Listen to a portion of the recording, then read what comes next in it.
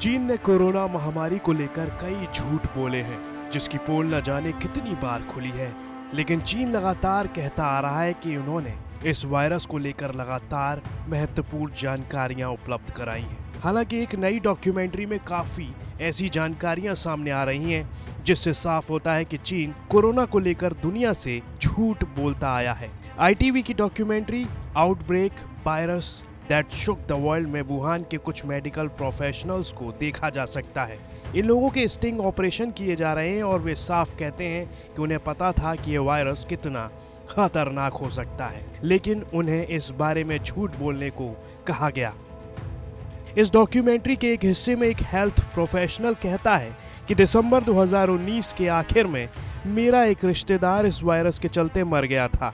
उसके साथ जो लोग रह रहे थे वे भी इस वायरस से संक्रमित हो गए थे, तो हमें पता था कि ये वायरस काफी खतरनाक है।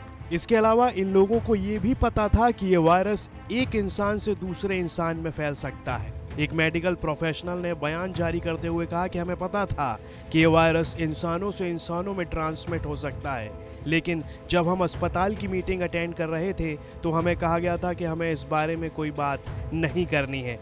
प्रांत के लीडर्स ने अस्पताल को कहा था कि वे किसी को इस बारे में सच्चाई ना बताएं।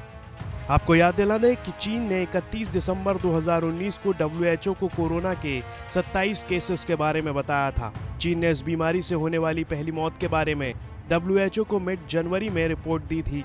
उस वक्त भी चीन ने झूठ बोला था कि इस वायरस के इंसानों से इंसानों में फैलने के कोई पुख्ता सबूत नहीं है।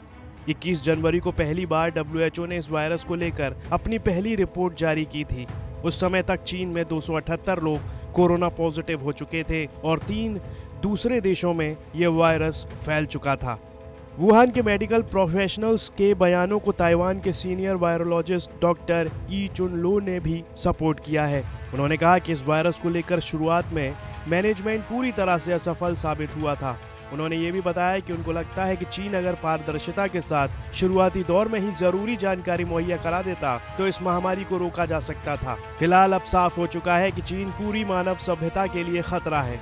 वो न सिर्फ अपने पड़ोसियों की जमीन हड़पना चाहता है, बल्कि वो कोरोना वायरस फैलाकर पूरी दुनिया में एक छत्र राज करना चाहता है, लेकिन हो उसके विपरीत रहा है।